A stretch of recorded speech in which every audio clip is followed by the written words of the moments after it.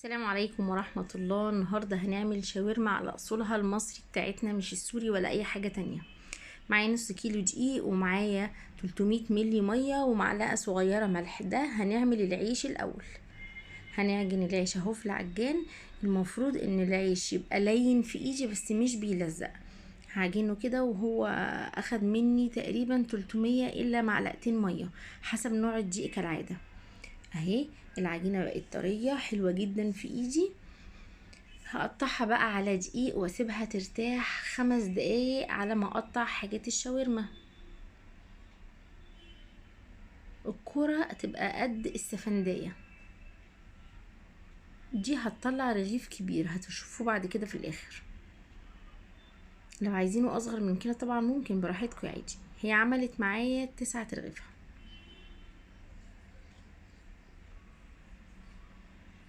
خلاص هنا قطعتهم وغطيتهم، سبتهم يرتاحوا شوية، وبعدين هنرجع لهم بقى نبدأ نفرد ونشوف هنشتغل ازاي. العجين لازم يبقى رفيع جدا على قد ما اقدر، فهفرده على كذا مرحلة بكذا طريقة. هنا اهو بحتاج دقيق كتير عشان العيش يتزحلق معايا زي ما انتوا شايفين وانا بفرد. افرد فردة بالطول والف العجينة 180 درجة، وافرد تاني وارجع 180 درجة. ده هيخليني احافظ على الدايرة بتاعة العيش، ما يطلعش مني اشكال بقى غريبة في الاخر. لو حسيت ان الدقيق قل ازود، وفي الاخر ابقى انفض الدقيق الزيادة. واحدة بالطول اجيبها 180 درجة كده بالعرض، وافرد فردة كمان. هيفضل مدور معايا طول ما انا بفرد. ده كده اخر النشابة. خلاص هبدأ بقى امسك النشابة الصغيرة دي واتك على الاطراف، عشان غالبا كل ما بنيجي نفرد اي حاجة تلاقونا من النص العيش رفع، من الاطراف لسه تخين. فدي بقى فايدتها ان هي تخليلي الاطراف زي النص كله زي بعضه. تمام. ممكن اعمل الحركة دي بايدي، ان انا اشد من عند الاطراف بالراحة جدا العجين لحد ما يفرد معايا. اي حركة تعرفوا تملكوا منها الرغيف بحيث ان انتوا بالراحة كده يتفرد. بعد كده انا عملت حاجة زي المخدة. جبت ملاية سرير كبيرة، كورتها وغطيت بيها غطا حلة زي ما انتوا شايفين اهو. انا كاسية بيها غطا حلة. تمام. هعمل بيها ايه بقى المخدة دي؟ هفرد عليها العيش بزيادة، ولازم تتفرد على دي، ما ينفعش اعملها على ايدي. هقول لكم ليه بعدين. بصوا انا ايدي في النص عشان العيش ما يقطعش، وبشد من الاطراف لان برضو هي دي اللي لسه سميكة عن بقية العيش.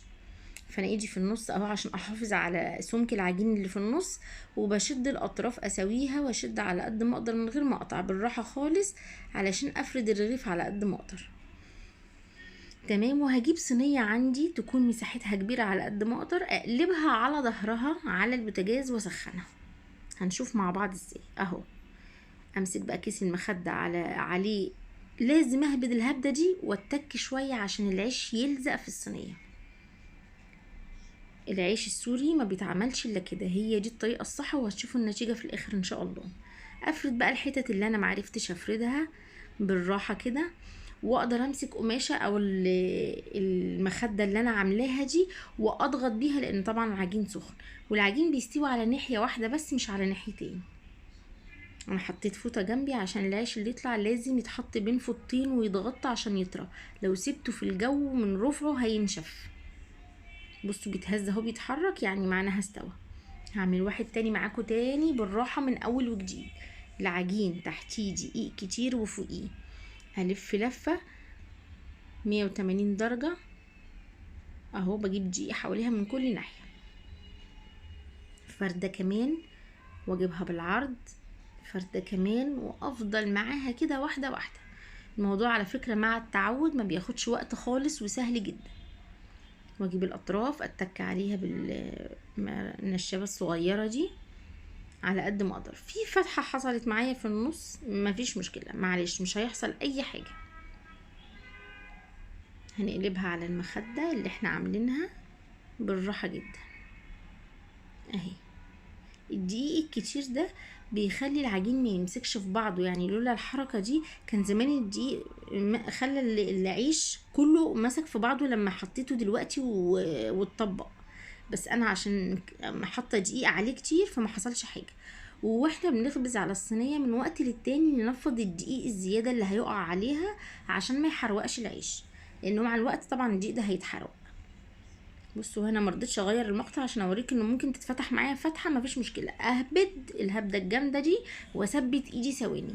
طبعا الكلام ده على نار عاليه، لان العيش لو وطيت عليه النار هيبقى رقاق، فلازم تبقى النار عاليه يستوي بسرعه. بصوا الفقاعات اللي بدات تظهر من النص. انا ما عنديش صينيه اكبر من كده، يعني لو عندي كان يا ريت عشان الرغيف ما يبقاش متني، بس انا يعني بتعود ان اتعامل مع اي واقع يقابلني بحيث ان مفيش حاجه توقفني. بصوا فقاقيع شايفينها اهي ظهرت داير ما يدور في العيش، ولونه غير، باين حتى من الجزء اللي تحت ايدي ده انه لونه غير. اوام على الفوطه واحطه فيها، ومش هسويه الناحيه التانية، واغطيها واكمل بقى كل كميه العيش بالشكل ده اهو. بصوا خد لون بسيط، انا وريته لكم اهو كده تمام. هحطه بقى في الفوطه ونبدا نعمل الشاورما. بصوا طري جميل، بعد ما غطيته بوريكم النتيجه. طري جدا مش بيقطع، ما فيهوش اي حاجه. العيش ده بقى يعني يقدر طبعا نخزنه، نقطع نطبق كل واحد مثلث، كل واحد منفرد، مثلثات كده فوق بعض في الفريزر، طبعا تنفعنا في وقت زنقه. ده نص كيلو لحمه، طماطم شايله منها البذر والميه ومقطعه مكعبات صغيره، دي ليا ولازم جدا 50 جرام ليا، وبصله متوسطه برضو مكعبات صغيره، ملح وفلفل وبهار لحمه ومعلقه خل كبيره. طاسه سخنه مولعه احط عليها الليا 50 جرام، مش هحط بقى لا زيت ولا سمنه ولا زبده ولا اي حاجه، ليا. واللحمه احاول اقطعها على قد ما اقدر رفيعه زي الكبده الاسكندراني، رفيعه جدا، كل ما اقطعها رفيع هتستوي اسرع، مش هتنزل ميه، هتحمر بسرعه، هتديني نفس الملمس والطعم والشكل بتاع الشاورما اللي بنجيبها من بره. خلاص دوبت الليا خالص، ما فيهاش اي قطع لحد ما بقت لونها بني اهي. هنزل عليها باللحمه على نار عاليه جدا علشان ما نزلش من حراره الطاسه واللحمه تنزل ميه كتير، ومش هضيف اي مكونات لحد ما اللحمه كلها تتغلف ويبقى لونها بني زي ما انتم شايفين. ابدا بقى اضيف معلقه الخل. الخل بتدي طراوه للحمه وتخليها جوسي من جوه وبتديها طبعا طعم. هحط ملح وفلفل وبهار لحمه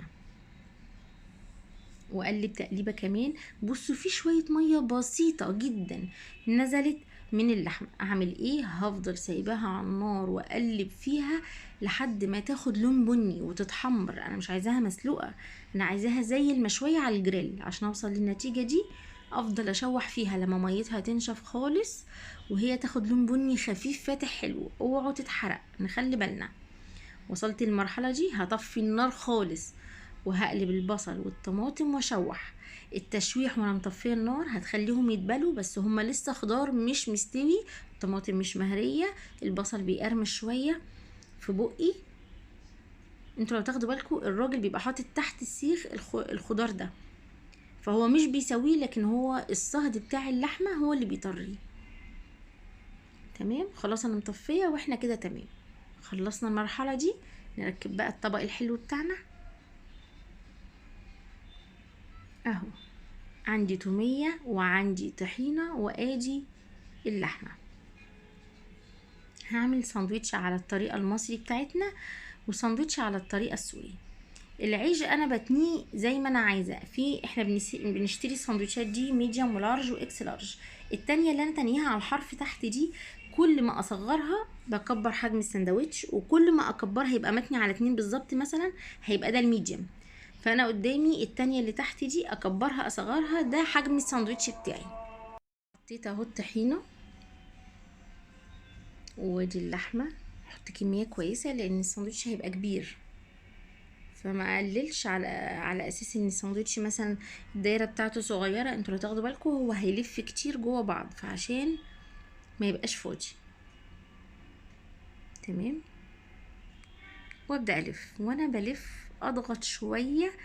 بصوا عشان اللحمة تبقى ملمومة في مكان واحد، الساندوتش ما يفرطش مني، ويبقى كل حتة فيها لحمة زي بعض فوق زي تحت. نعمل واحد كمان بقى. فتحنا اهو على المخلل اللي كنا عاملينه سوا، ادي الخيار فتحنا عليه معاكم اهو. هناخد منه عشان نعمل الساندوتش السوري.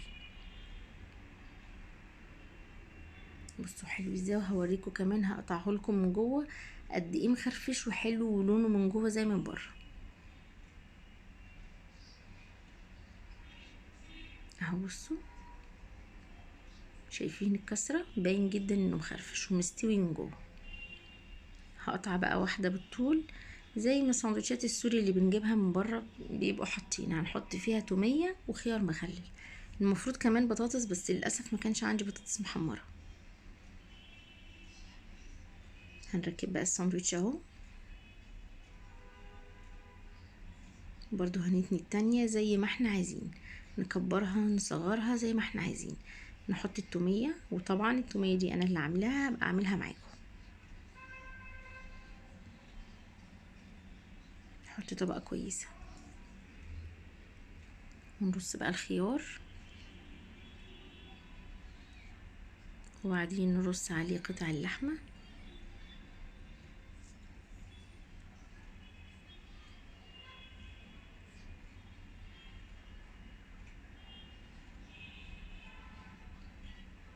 وانا في الوقت ده مسخنه جريل على النار اللي بشوي عليه علشان نقفل عليه سندوتشات زي ما بيقفلوها في المحلات، وهوريكم ازاي. عشان انا ما عنديش التوستر او الميكر اللي بيتعمل عليه، فطبعا ما فيش حاجه هتوقفنا كالعاده، لازم نتصرف. اهو لفيت الساندوتش. هنروح بقى عليها الجريل سخنه جدا، هبدا ارص عليها الساندوتشات اللي انا عملتها. مش قادره اقول لكم قد ايه العيش حلو وطري وجميل جميل جميل. كنت عملت واحد كمان اهو. وبعدين لازم نضغط عليها بحاجه، فهجيب حله فيها ميه احطها فوقيها واضغط عشان يبقى ده تقل على الساندوتش، عشان يقفل كويس وعشان يتحمر كويس ياخد لون حلو. وادي النتيجة، احلى سندوتشات شاورما لحمة ممكن تاكلوها، نضيفة وبيتي حلوة، مش مكلفة طبعا زي بره. مش قادرة اقولكم الطعم كان عامل ازاي. بالهنا والشفا يا جماعة، ياريت تجربوها.